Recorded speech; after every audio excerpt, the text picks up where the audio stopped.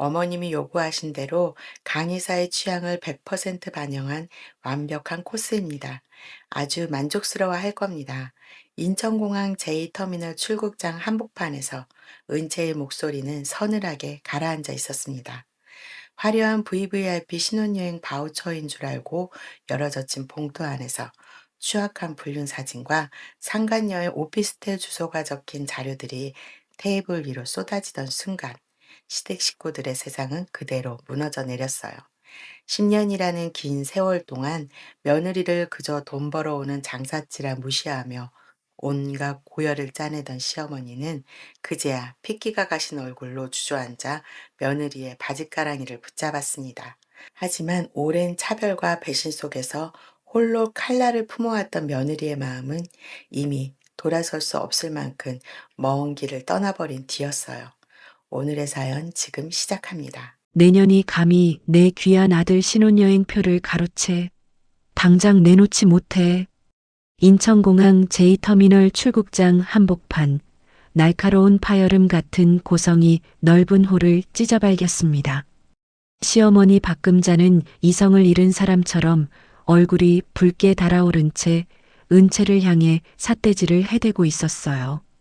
방금 전까지만 해도 대기업 사돈댁 앞에서 한껏 어깨에 힘을 주고 기품 있는 척하던 모습은 온데간데 없었습니다.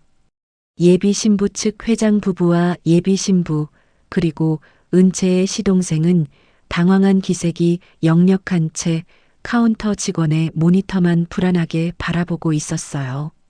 그들은 은채가 준비한 BVIP 환송 세리머니를 기대하며 이곳에 왔지만 정작 돌아온 것은 예약 내역이 전날 모두 취소되었다는 직원의 안내뿐이었습니다. 대표님께 사적인 폭언은 삼가십시오. 여기는 공공장소입니다. 여행사 수석 직원인 최 실장이 박금자와 은채 사이를 거대한 벽처럼 가로막으며 단호하게 제지했습니다. 그러나 이미 분노로 눈이 뒤집힌 박금자에게는 어떤 이성적인 말도 통하지 않았어요. 그녀는 주변의 직원들과 몇몇 이용객이 숨죽여 바라보고 있다는 사실조차 인지하지 못했습니다. 저리 비켜. 저 독한 년이 질투가 나서 우리 막내 앞길을 막으려고 수작을 부리는 거잖아. 남편 피 빨아먹고 크는 주제에 감히 시댁을 능멸해. 박금자는 급기야 바닥에 털썩 주저앉아 가슴을 치며 난동을 부리기 시작했습니다. 그 광경을 지켜보던 사돈댁 회장 부부의 미간이 불쾌감으로 깊게 구겨졌어요. 은채는 흐트러짐 없는 완벽한 정장 차림으로 꼿꼿하게 서서 천천히 선글라스를 벗었습니다. 그녀의 차가운 시선이 바닥에서 허우적대는 시어머니 박금자와 그 뒤에서 사색이 되어 입술만 달달 떨고 있는 남편 강민석을 차례로 훑고 지나갔습니다. 통쾌하다기보다는 지난 10년 동안 이런 부류의 사람들을 가족이라 믿고 떠받들어 온 자신의 세월이 한없이 비참하게 느껴졌어요. 고객님, 죄송하지만 해당 명의로 예약된 1등석 내역은 시스템상 아예 존재하지 않습니다. 전날 저녁부로 전면 취소 처리된 상태입니다. 항공사 직원이 조심스럽지만 분명한 목소리로 최종 안내를 마쳤습니다. 그 선고 같은 말에 시동생의 얼굴은 하얗게 질렸고 예비 신부는 당황하여 어쩔 줄 몰라 했어요. 그제야 은채는 최 실장 뒤에서 걸어 나와 굳어버린 사돈댁 회장 부부와 시댁 식구들 앞으로 다가갔습니다.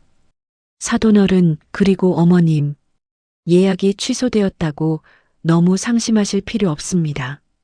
은채의 목소리는 공항의 소란을 단숨에 잠재울 만큼 차분하고 기품이 넘쳤습니다. 그녀는 최 실장이 건네주는 최고급 벨벳 소재의 BVIP 특별 신혼여행 바우처 봉투 세트를 받아들었어요. 그리고 회장 부부와 예비 신부, 시동생, 마지막으로 시어머니 박금자에게 각각 정중한 태도로 하나씩 건넸습니다. 제가 여행사 대표로서 어머님이 그토록 원하시던 강 이사의 취향을 100% 반영한 가장 완벽한 코스를 새로 준비해 드렸으니까요. 사돈댁 회장이 의심스러운 눈초리로 고급스러운 바우처 봉투를 열었습니다. 하지만 그 안에 들어있는 것은 영롱한 몰디브의 바다 사진이나 1등석 티켓이 아니었어요. 봉투를 여는 순간 고화질로 인화된 수십 장의 사진과 서류 사본들이 테이블 위로 우수수 쏟아져 내렸습니다. 이게 대체 뭐예요? 회장의 굵은 목소리가 걷잡을 수 없이 떨렸습니다. 사진 속에는 은채의 남편인 강민석이 딸뻘되어 보이는 20대 여성의 허리를 감싸 안고 고급 오피스텔로 들어가는 장면이 적나라하게 찍혀 있었어요. 그뿐만이 아니었습니다. 외제차 조수석에서 서로 진하게 입을 맞추는 블랙박스 캡처 화면, 법인 카드로 긁어댄 강남 최고급 호텔 스위트룸 결제 내역과 명품관 영수증들이 꼬리에 꼬리를 물고 쏟아졌습니다. 그 자료들 사이에는 민석과 시동생이 주고받은 메시지 캡처도 선명하게 끼어 있었어요. 형수 회사 돈으로 내 신혼여행 1등석까지 되는 거지? 당연하지.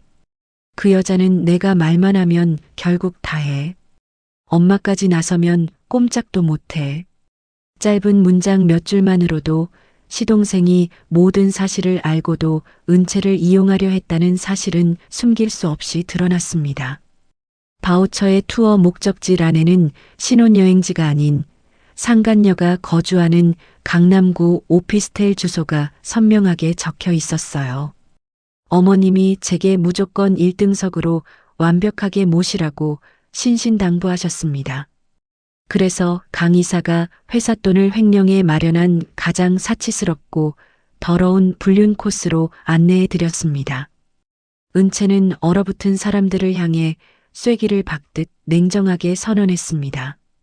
사태의 전말을 파악한 예비 신부가 충격을 이기지 못하고 두 손으로 얼굴을 감싼 채 오열하기 시작했어요.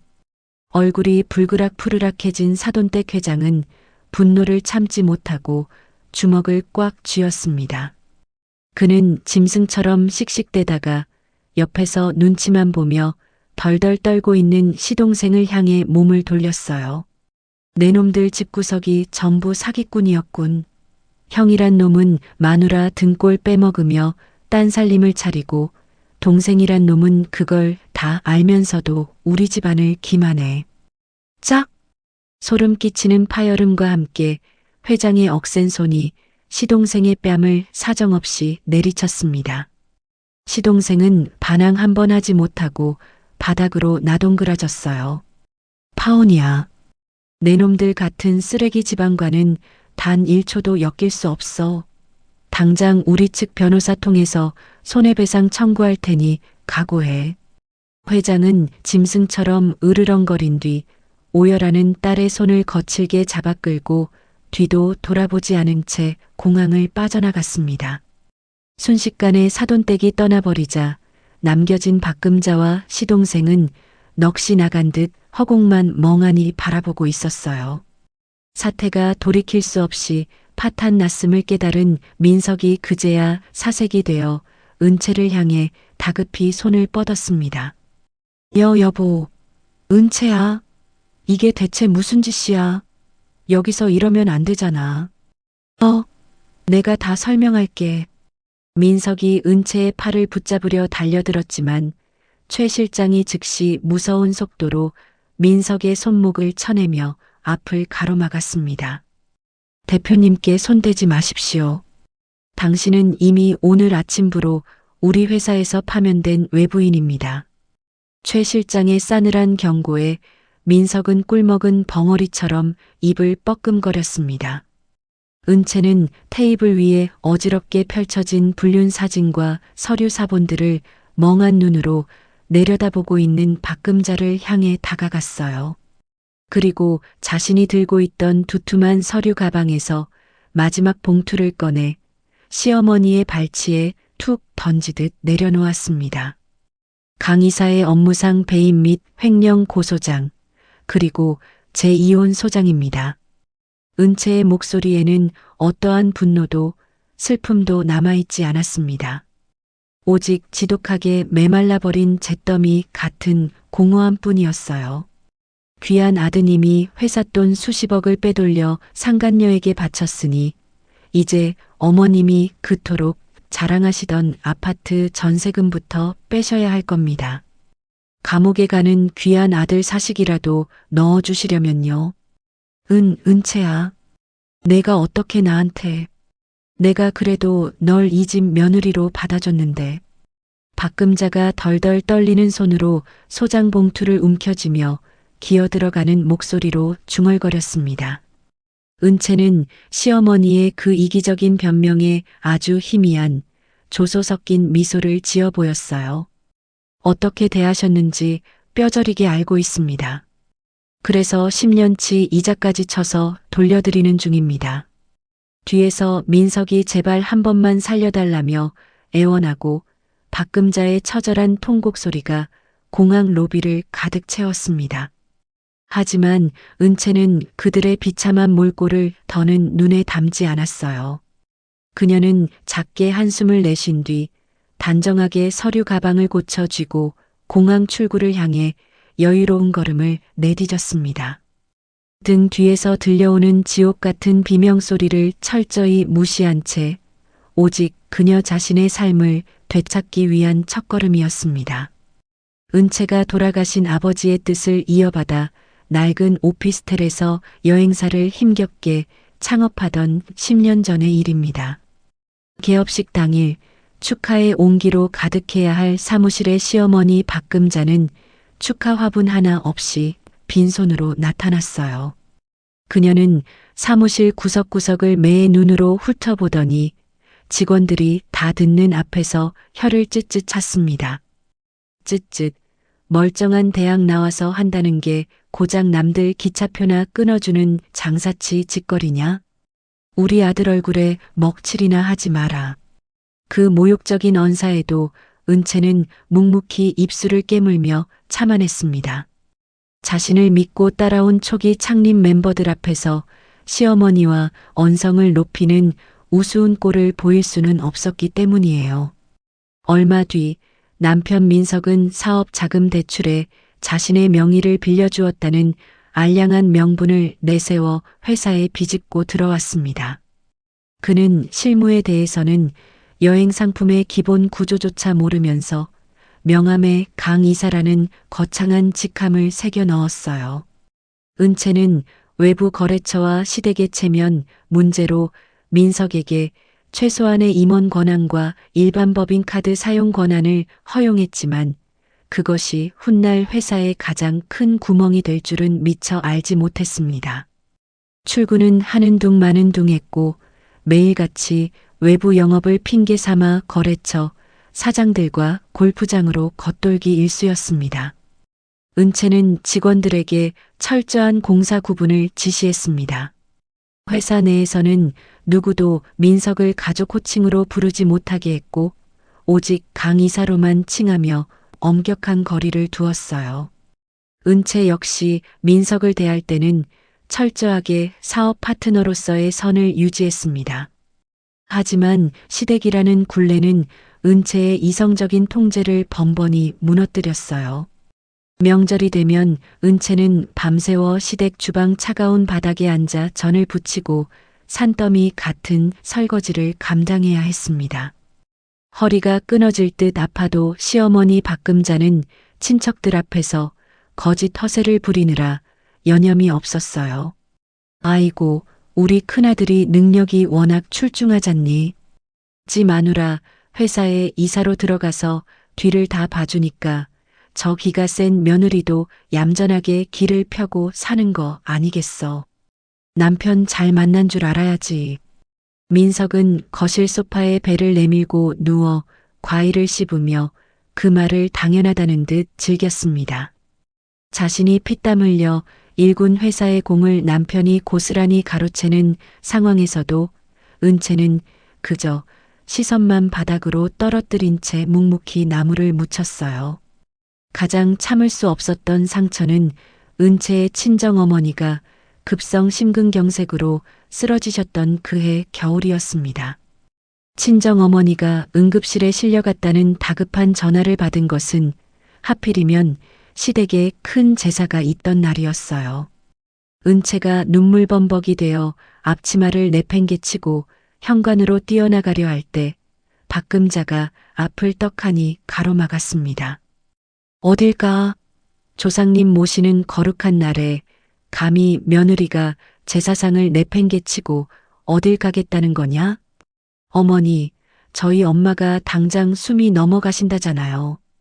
응급실에서 심폐소생술 중이시라고요. 제발 비켜주세요. 은채가 바닥에 무릎을 꿇고 애원했지만 박금자는 서슬퍼런 눈으로 호통을 쳤습니다. 내 친정 애미는 옆에 의사들이 다 붙어 있을 텐데 내가 간다고 죽을 사람이 살아나냐? 당장 부엌으로 기어 들어가지 못해. 남편 민성마저도 방 안에서 게임기만 만지작거리며 당신 가면 어머니 또 난리 나셔. 그냥 돈이나 좀 붙여드리고 나중에 가봐라며 방관했어요. 결국 은채는 제사상에 올릴 생선포를 다 다듬고 나서야 새벽이 되어서야 병원으로 달려갈 수 있었습니다. 굳게 닫힌 수술실 문 밖, 차가운 복도 의자에 홀로 주저앉은 은채는 숨죽여 처절하게 오열했어요.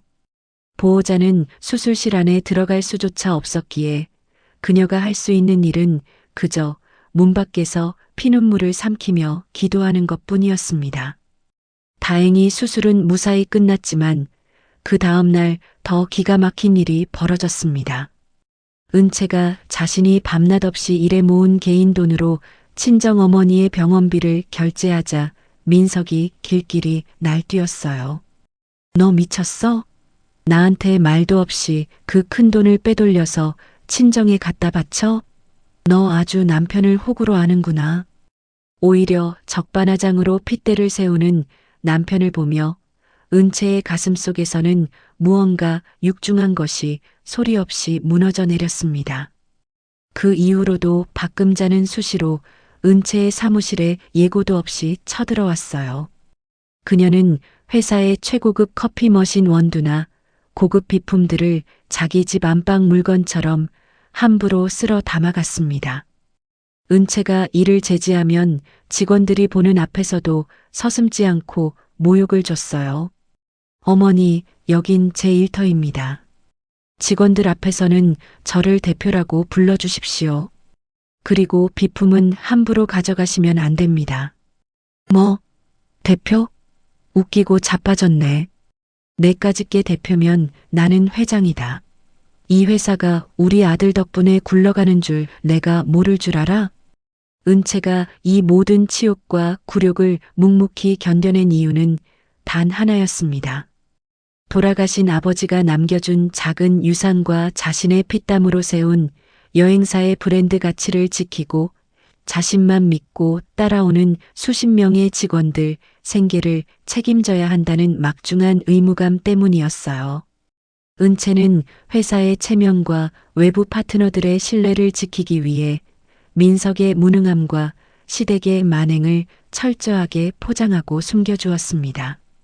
그러나 은채의 뼈를 깎는 배려와 희생을 당연한 권리이자 자신의 능력으로 착각한 민석은 갈수록 대감해졌어요.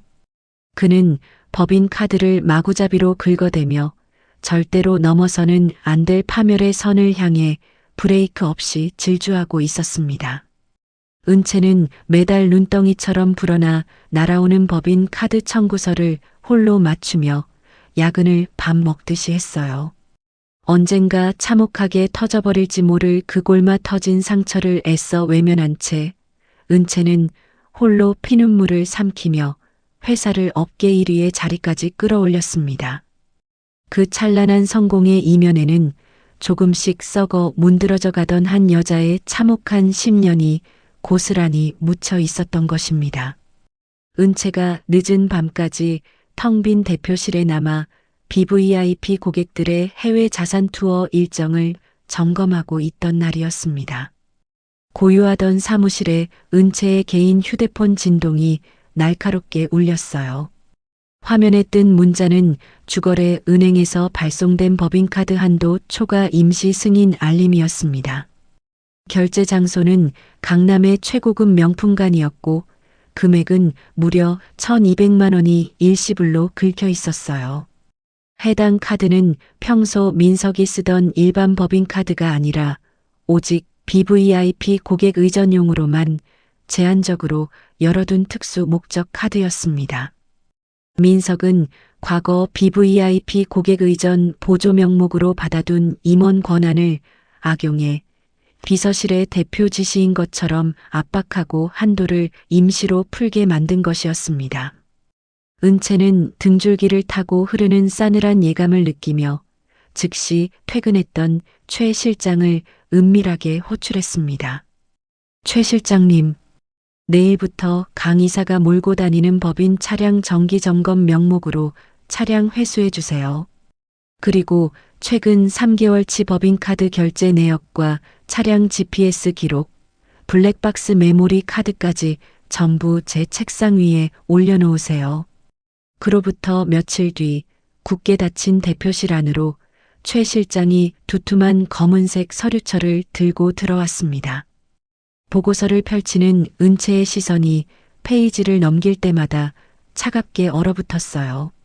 서류에는 민석이 20대 초반의 여성에게 강남의 고급 오피스텔을 얻어주고 회사의 공금을 마치 개인 생활비처럼 쏟아부은 정황이 1원 단위까지 명백하게 담겨 있었습니다. 명품 가방, 고급 레스토랑, 호캉스 결제 내역들이 은채를 비웃듯 빼곡하게 인쇄되어 있었어요. 그 뒤쪽에는 민석과 시동생이 주고받은 메시지 캡처까지 첨부되어 있었습니다. 형, 형수 회사 돈으로 내 신혼여행 1등석까지 되는 거지? 당연하지. 그 여자는 내가 말만 하면 결국 다 해. 엄마까지 나서면 꼼짝도 못해. 역시 형밖에 없다. 사돈댁 앞에서 제대로 체면 세워야 하니까 최고급으로 부탁해. 짧은 대화 몇 줄만으로도 시동생이 은채를 속이고 이용하려 했다는 사실은 분명했습니다. 대표님, 블랙박스 음성 복구 파일입니다. 최 실장이 조심스럽게 내려놓은 태블릿 화면을 은채가 묵묵히 터치했습니다. 재생 버튼을 누르자 차 안에서 흐르는 끈적한 음악 소리와 함께 젊은 여자의 간드러진 웃음소리가 흘러나왔어요. 오빠, 근데 사모님이 이렇게 카드 막 쓰는 거 알면 난리치는 거 아니야? 무서워. 신경 쓰지 마. 그 여자는 그냥 내 앞길 닦아주는 돈 벌어오는 기계야, 기계. 일밖에 모르는 답답한 여자라 내가 뒤에서 뭘 하는지 상상도 못해. 우리 엄마가 꽉 쥐고 있어서 내 앞에선 숨도 크게 못 쉰다니까. 아, 진짜? 오빠 완전 능력자네. 태블릿에서 흘러나오는 민석의 낄낄거리는 웃음소리에 은채는 숨을 쉴 수가 없었습니다. 가슴 한가운데를 날카로운 칼로 후벼 파는 것 같은 끔찍한 고통이 밀려왔어요.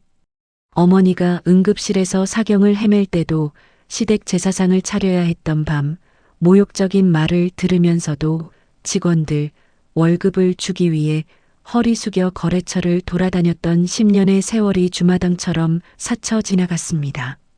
자신이 피와 땀을 갈아 넣어 지켜온 가정이라는 성이 사실은 썩은 내 진동하는 오물 구덩이였다는 사실을 깨달은 겁니다.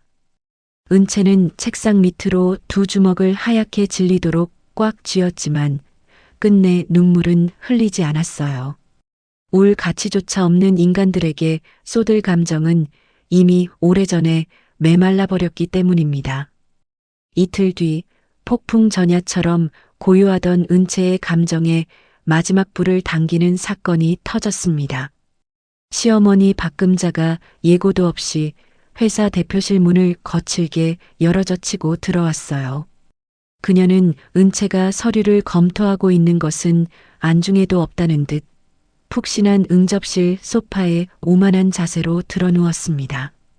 너 당장 우리 막내 유럽 신혼여행 코스 최고급으로 알아봐라. 대기업 사돈댁 귀한 딸내미가 우리 식구가 되는데 동네 여행사 패키지 같은 걸로 보낼 순 없잖니. 어머니, 이번 달은 BVIP 고객 예약이 꽉 차서 무리한 일정 조정은 힘듭니다.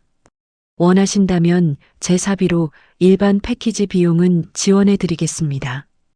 은채가 감정을 억누르며 정중하게 거절하자 박금자의 얼굴이 순식간에 표독스럽게 일그러졌어요. 그녀는 대기업 사돈댁 모임에 나가 능력 있는 큰 며느리가 최고급 스위트룸과 1등석 비행기를 통째로 바치기로 했다며 이미 허풍을 떨어놓은 상태였습니다. 박금자는 탁자 위에 놓인 은채의 결제 서류들을 바닥으로 신경질적으로 집어 던졌어요. 이 독한 년, 어디서 핑계를 대?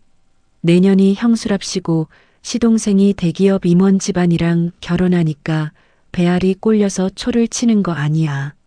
돈 좀 번다고 유세 떠는 거냐?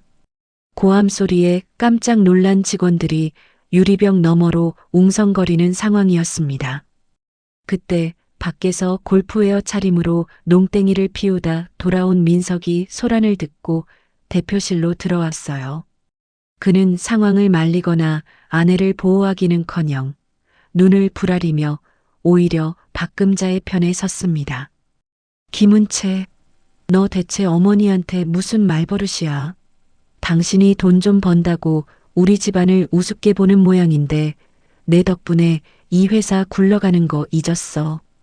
민석은 유리 너머로 직원들이 다 지켜보고 있는 앞에서도 아랑곳하지 않았어요. 그는 은채의 책상 앞까지 다가와 삿대질을 해대며 폭언을 쏟아냈습니다. 당장 어머니 말씀대로 최고급 코스로 알아놔. 시동생 체면 하나 못 세워주는 형수라면 이 집안에 있을 자격도 없는 줄 알아. 뻔뻔함의 극치를 달리는 남편의 얼굴, 그리고 그 옆에서 득에양양하게 턱을 치켜들고 있는 시어머니의 표독스러운 눈빛. 은채는 번갈아가며 그들을 가만히 응시했습니다. 상간녀에게 오피스텔을 얻어주며 아내를 기계 취급하던 남자의 얼굴이 저토록 당당할 수 있다는 사실에 오히려 마음이 차분하게 가라앉았어요. 동생의 결혼식마저 자신의 범죄를 감추고 체면을 세우는 도구로 삼으려는 그 뻔뻔함 앞에서 은채는 더 이상 물러설 곳이 없다는 것을 깨달았습니다. 10년 동안 위태롭게 버텨왔던 인내의 끈이 소리도 없이 완벽하게 끊어지는 순간이었습니다. 은채는 책상 아래에서 피가 나도록 꽉 쥐고 있던 주먹을 천천히 풀었어요. 그리고 감정을 완벽하게 덜어낸 얼굴로 입가에 기이할 정도로 서늘하고 단정한 미소를 지어 보였습니다. 알겠습니다. 제가 생각이 짧았습니다. 은채가 자리에서 일어나 두 사람을 향해 고개를 숙였습니다. 어머님이 원하시는 대로, 아니, 기대하시는 것 이상으로 가장 완벽한 1등석 코스로 모시겠습니다. 제 이름을 걸고 최고의 여행을 만들어 드리겠습니다. 며느리의 순종적인 태도에 그제야 만족한 박금자는 콧방귀를 뀌며 소파에서 일어났어요. 진작 그렇게 고분고분하게 나올 것이지. 하여간 매를 벌어요. 민석 역시 아내의 굴복에 어깨를 으스대며 어머니의 뒤를 따라 거들먹거리며 대표실을 나갔습니다. 문이 닫히고 대표실 안에 다시 무거운 정적이 내려앉았어요. 은채는 미소를 싹 지운 서늘한 무표정으로 바닥에 흩어진 서류들을 밟고 지나갔습니다. 그녀는 지갑 가장 깊은 곳에 보관해 두었던 이혼 및 기업 횡령 전문 변호사의 명함을 꺼내 들었어요. 더 이상 참을 이유도 지켜야 할 가족도 없어진 여자의 마지막 반격이 치밀하게 시작되고 있었습니다. 은채는 감정을 완벽하게 얼려버린 채 곧바로 반격의 행동에 나섰습니다. 주말 자정, 직원들이 모두 퇴근하고 텅 빈 여행사 본사 사무실로 대형 회계법인의 정예 감사팀이 은밀하게 들어섰어요.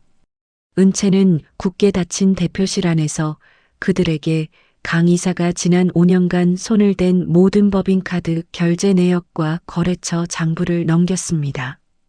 기밀 리베이트 흐름, 그리고 차량 유지비 명목으로 교묘하게 빼돌린 자금의 흔적까지 전부 전수조사해 달라고 단호하게 지시했어요.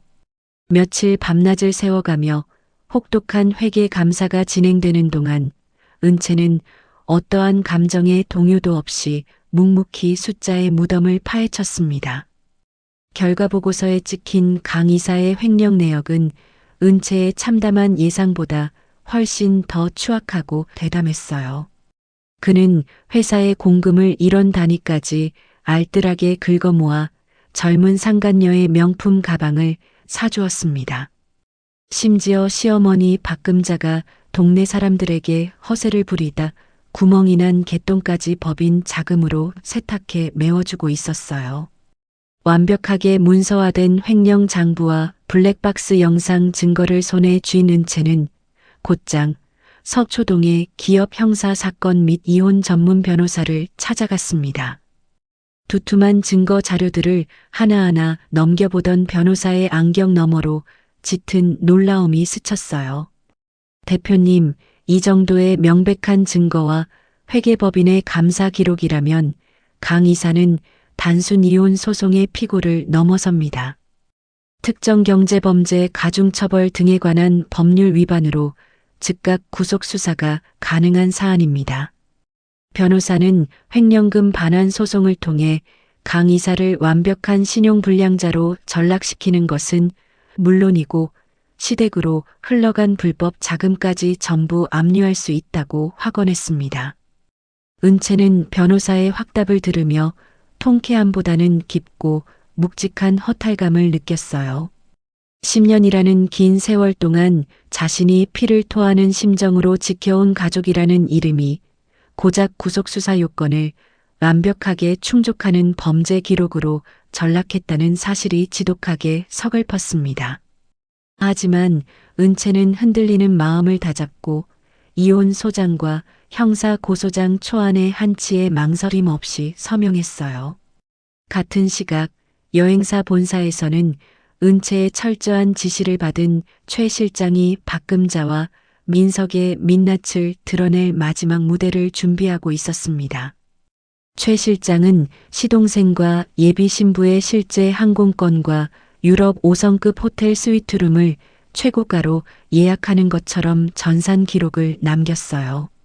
하지만 결제 마감 시한이 도래하기 직전 회사 시스템의 최고 관리자 권한을 이용해 모든 예약을 단숨에 취소해버렸습니다.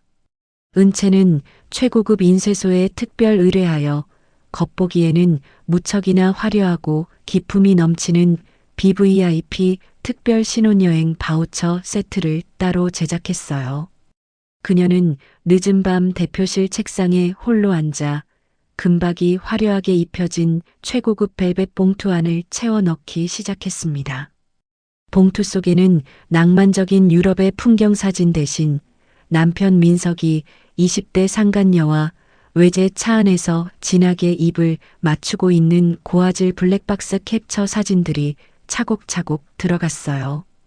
그리고 투어 목적지 안에는 파리의 에펠탑이 아닌 상간녀가 거주하는 강남구 오피스텔의 동과 호수를 아주 선명한 폰트로 인쇄해 넣었습니다. 그 옆에는 민석과 시동생이 주고받은 메시지 캡처, 법인카드 결제 내역, 호텔 영수증, 사본까지 순서대로 정리해 넣었어요. 은채는 마지막 봉투를 봉인하며 서늘한 눈빛으로 가짜 바우처를 천천히 쓰다듬었습니다. 시댁 식구들은 자신들을 향해 다가오는 파멸의 카운트다운을 전혀 알아채지 못한 채 허영심의 극치를 달리고 있었어요. 시어머니 박금자는 매일같이 동네 미용실과 친척 모임을 쏘다니며 아나무인으로 며느리를 깎아내리고 자랑을 늘어놓았습니다. 우리 큰 며느리가 글쎄 자기 시동생 결혼한다고 수천만 원짜리 BVIP 유럽 투어를 통째로 바쳤지 뭐야. 내가 평소에 기강을 꽉 잡아놨더니 아주 알아서 기어. 며느리 기죽이는 데는 역시 시어머니 호통이 최고라니까. 남편 민석 역시 상간녀와 고급 호텔 스위트룸에 머물며 허세 섞인 조롱을 내뱉었어요. 이번에 동생 신혼여행권으로 회사 자금 크게 도는 김에 내가 콩고물 좀 더 빼돌려서 내 차 벤츠로 당장 바꿔줄게. 그 멍청하고 답답한 여자는 서류 숫자만 적당히 맞춰주면 뒤에서 무슨 일이 일어나는지 평생 몰라. 회사 소유 차량에 남아있던 블랙박스 영상과 운행 기록, 법인카드 사용 내역은 두 사람의 관계와 횡령 정황을 입증하기에 충분했습니다. 은채는 그 역겨운 자료들을 확인하면서도 눈썹 하나 까딱하지 않고 다음 반격 단계를 차분하게 밟아나갔어요. 출국 사흘 전 은채는 회사의 모든 핵심 자금줄과 접근 권한을 철저하게 통제했습니다. 강의사 명의로 발급되어 있던 모든 법인카드의 한도를 0원으로 만들고 사용을 전면 정지시켰어요. 그리고 회사 예금 계좌의 비밀번호와 OTP 접근 권한을 은채 단독 체제로 전면 교체하여 시댁이 단 1원도 건드릴 호수 없도록 원천 차단했습니다. 출국 전날 오전 은채는 비밀리에 인사위원회를 소집했어요. 그녀는 업무상 배임 및 막대한 회사 자금 횡령 혐의로 강 이사를 출국 당일 오전 9시부로 파면 좋지 않은 징계 결의안의 대표 자격으로 서명했습니다. 이제 완벽한 파멸의 무대를 세팅하기 위해 은채는 예비 사돈댁인 대기업 회장 비서실에 직접 전화를 걸었어요. 회장님 안녕하십니까? 김은채 대표입니다.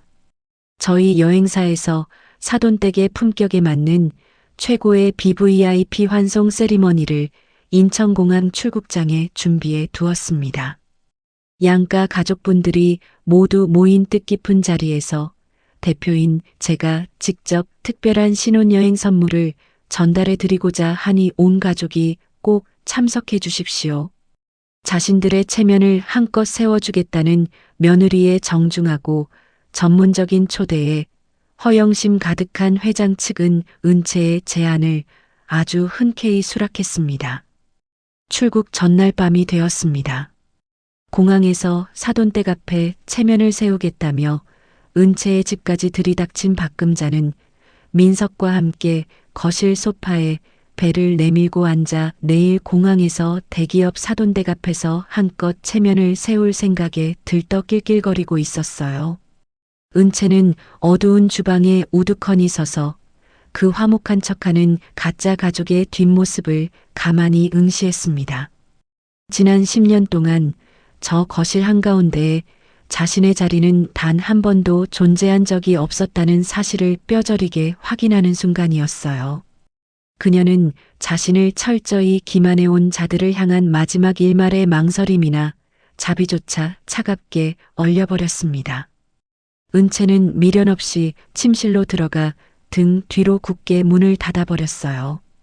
다음 날 아침 창밖으로 서늘한 새벽 공기가 밀려 들어오고 있었습니다.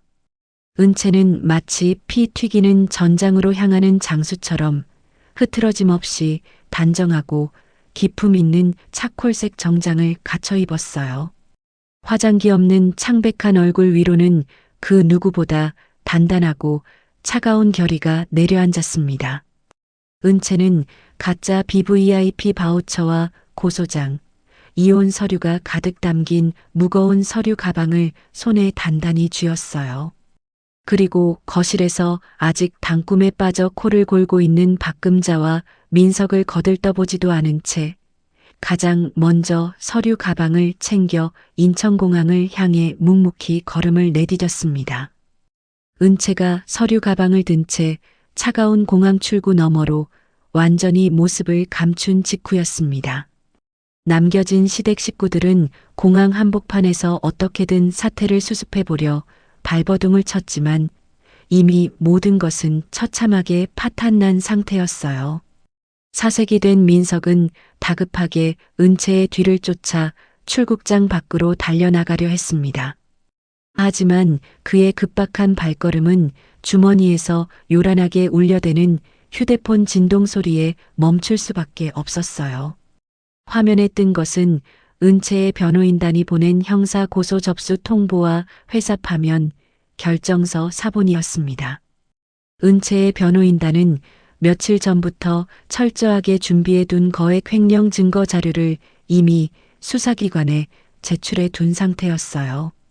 민석이 뒤늦게 정신을 차리고 항공사 직원에게 달려가 출국 절차를 확인하려 했을 때 그의 얼굴은 그대로 굳어버렸습니다. 출국 심사 직전 그는 자신에게 출국 금지 조치가 내려졌다는 사실을 통보받았어요. 아, 안 돼. 이럴 수는 없어. 내가 누군데. 민석은 휴대폰을 바닥에 떨어뜨리며 그 자리에 털썩 주저앉아 머리를 쥐어뜯었습니다. 그러나 그의 불행은 이제 겨우 시작을 알리는 신호탄에 불과했어요. 며칠 뒤 법원의 보전 처분이 내려지면서 민석 명의의 일부 계좌와 부동산 지분이 차례로 묶이기 시작했습니다. 대규모 횡령 사건으로 경찰 조사가 시작되었다는 소식은 뉴스처럼 요란하게 터지기보다 거래처와 업계 안팎으로 빠르게 퍼져나갔어요. 그 소식을 가장 먼저 접한 상간녀는 즉시 본색을 드러냈습니다. 그녀는 민석이 회사 돈을 훔쳐 사준 명품 가방과 고가의 귀금속을 모조리 챙겨 오피스텔 비밀번호를 바꾸고는 뒤도 돌아보지 않고 미련 없이 자취를 감춰버렸어요. 이어진 법정 공방은 민석과 시댁 식구들에게 그야말로 무간지옥이나 다름없었습니다. 민석은 대형 로펌 변호사들 앞에 선 은채를 향해 뻔뻔하게도 지난 10년간 부부로서 함께 회사를 키웠다며 억지스러운 재산 분할을 요구했어요. 하지만 은채가 준비한 철저한 회계 장부와 법인카드 유용 내역, 차량 운행 기록과 블랙박스 복구 자료 앞에서는 그 어떤 구차한 변명도 통하지 않았습니다. 재판부는 민석의 실질적 경영 기여도를 거의 인정하지 않았고 오히려 그가 빼돌린 막대한 횡령금을 전액 은채의 회사에 반환해야 한다고 판단했어요. 결국 민석은 단 한 푼의 위자료나 재산도 제대로 건지지 못한 채 감당할 수 없는 막대한 빚더미를 떠안게 되었습니다. 감옥에서 실형을 살고 나온 뒤에도 신용불량자로 전락한 그는 매일같이 빚쟁이들에게 쫓기며 일용직 건설 현장을 전전하는 비참한 처지가 되었어요. 시동생과 박금자의 처지 또한 참혹하게 무너져 내렸습니다. 시동생은 대기업 사돈댁으로부터 일방적인 파혼 통보를 받은 것은 물론이고 형의 횡령 사실을 알고도 신혼여행을 받아내려 한 정황이 드러나면서 천문학적인 손해배상 소송에 휘말렸어요. 설상가상으로 박금자가 동네 사람들에게 매일같이 떵떵거리며 자랑하던 아파트 전세금마저 법원에 의해 가압류 조치되었습니다. 은채가 회계감사를 통해 추적한 결과 민석이 횡령한 공금 중 수천만 원이 시어머니의 전세, 보증금 증액에 쓰인 명백한 정황을 찾아내어 반환 청구를 걸었기 때문이에요. 하루아침에 보증금마저 묶이고 빈털터리가 된 박금자는 짐을 챙겨 쫓겨나듯 그 화려했던 동네를 떠나야만 했습니다. 그녀는 재개발 직전의 외곽 다세대 주택, 비가 오면 곰팡이 냄새가 진동하는 어두컴컴한 반지하 방으로 초라하게 짐을 옮겼어요. 평생 며느리의 뼈와 살을 갉아먹으며 동네 사모님 행세를 하던 여자의 말로 치고는 너무나도 비참하고 초라한 몰락이었습니다. 그렇게 모든 것을 파괴해버린 지독한 폭풍이 휩쓸고 지나간 후 어느덧 3년이라는 긴 세월이 흘렀어요. 은채의 여행사는 과거강 이사의 횡령 스캔들을 오히려 내부 결속과 투명 경영의 기회로 삼았습니다. 그녀는 특유의 냉철한 판단력과 흔들림 없는 추진력으로 아시아 전역에 지사를 확장하며 명실당부한 업계 1위 BVIP 전문 기업으로 굳건히 자리 잡았어요. 돌아가신 아버지가 남겨준 낡은 오피스텔에서 창업의 꿈을 키우던 10년 전 초심 그대로 은채는 회사의 위상을 드높이며 자신만의 찬란하고 당당한 삶을 살아가고 있었습니다. 하지만 그녀를 지독하게 괴롭혔던 과거의 사람들은 전혀 다른 가혹한 시간을 견디고 있었어요. 서울 외곽의 이름 모를 허름한 요양병원 일반 병실입니다. 박금자는 3년 전 공항 사건 이후 극심한 스트레스와 화병으로 지병이 급격히 악화되어 이곳에 홀로 입원하게 되었어요. 초점 없는 눈으로 천장만 바라보던 그녀의 앞으로 원무과 직원이 무뚝뚝한 얼굴로 차트를 들고 들어와 침대 앞에 섰습니다. 박금자 환자분, 입원 수속은 다 됐는데요. 여기 서류에 보호자 란이 텅 비어 있네요. 직원의 건조한 목소리에 침대에 누워있던 박금자의 야윈 어깨가 움찔하고 작게 떨렸어요. 병원 규정상 긴급 상황이 생기면 바로 연락할 수 있는 가족 번호 하나는 적어주셔야 합니다. 수술 동의서 사인할 아드님이나 따님 연락처 하나도 없으세요? 직원의 재촉에 박금자는 쩍쩍 갈라진 마른 입을 달싹였지만 끝내 아무런 대답도 하지 못하고 고개를 푹 수그렸습니다. 자랑스러워 마지 않던 큰아들 민석은 빚에 쫓겨 야반도주하듯 지방으로 도망친 후 완전히 연락이 두절되었어요. 대기업에 장가간다며 한껏 허세를 부렸던 막내 아들 역시 형과 어머니를 원망하며 인연을 완전히 끊어버린 지 오래였습니다. 6인실 병실의 다른 환자들은 주말이나 저녁마다 자식들이 찾아와 과일을 깎아주고 안부를 물으며 북적거렸지만 박금자의 침대 주변은 언제나 한겨울처럼 삭막하고 서늘했어요.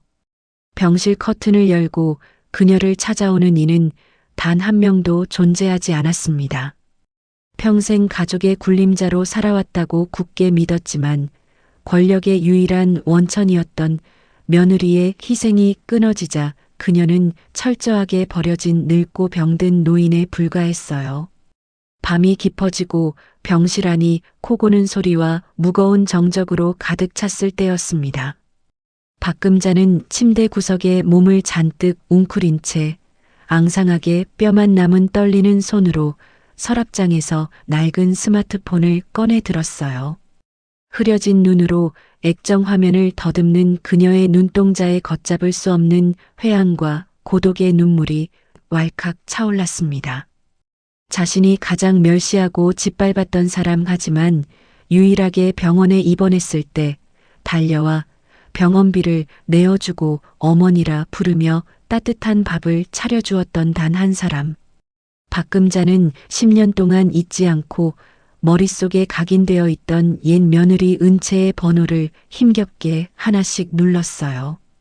뚜루르 하는 길고 건조한 발신음이 이어지는 동안 박금자의 가슴은 금방이라도 부서질 듯이 요동쳤습니다. 자신이 얼마나 오만하고 어리석었는지 손에 쥐고 있던 다이아몬드를 진흙탕에 내동댕이 친 대가가 이렇게 숨막히는 참혹한 고독일 줄은 꿈에도 몰랐어요. 마침내 수화기 너머로 연결음이 멈추는 기척이 미세하게 들렸습니다. 은채야. 은채니? 내 목소리 들리니? 박금자는 수화기를 두 손으로 생명줄처럼 꽉 부여잡고 처절하게 오열하기 시작했어요. 숨이 넘어갈 듯한 울음소리가 좁은 병실 구석을 비참하게 맴돌았습니다. 내가 다 잘못했다. 이 애미가 노망이 나서 미쳤었어. 내가 얼마나 우리 집안의 귀한 애였는지, 내가 얼마나 훌륭한 며느리였는지 내가 이제야 알겠다. 나 좀 살려다오, 은채야. 제발 이 불쌍한 늙은이 병실에 와서 한 번만 걷어다오. 내가 평생 내 발밑에서 빌면서 살게. 병실 구석에서 숨죽여 우는 늙은 여자의 쉰 목소리는 너무나 늦어버린 짙은 후회와 절망으로 철저하게 얼룩져 있었습니다. 자신을 구원해줄 동아줄은 오직 자신이 쫓아낸 은채뿐이라는 잔인한 현실이 그녀를 짓누르고 있었어요. 같은 시각 서울의 화려한 불빛이 한눈에 내려다 보이는 강남의 고급 오피스 안. 늦은 밤까지 중요한 계약 서류를 검토하며 따뜻한 허브차를 마시던 은채의 넓은 책상 위로 개인 휴대폰 화면이 밝게 빛났어요. 액정 위에는 오래전 지워버렸던 번호 하나가 조용히 전멸하고 있었습니다. 은채는 잠시 화면을 바라보다가 아주 천천히 통화 버튼을 눌렀어요. 수화기 너머로 아주 미세하게 들려오는 숨 넘어갈 듯 처절하게 흐느끼는 노파의 울음소리.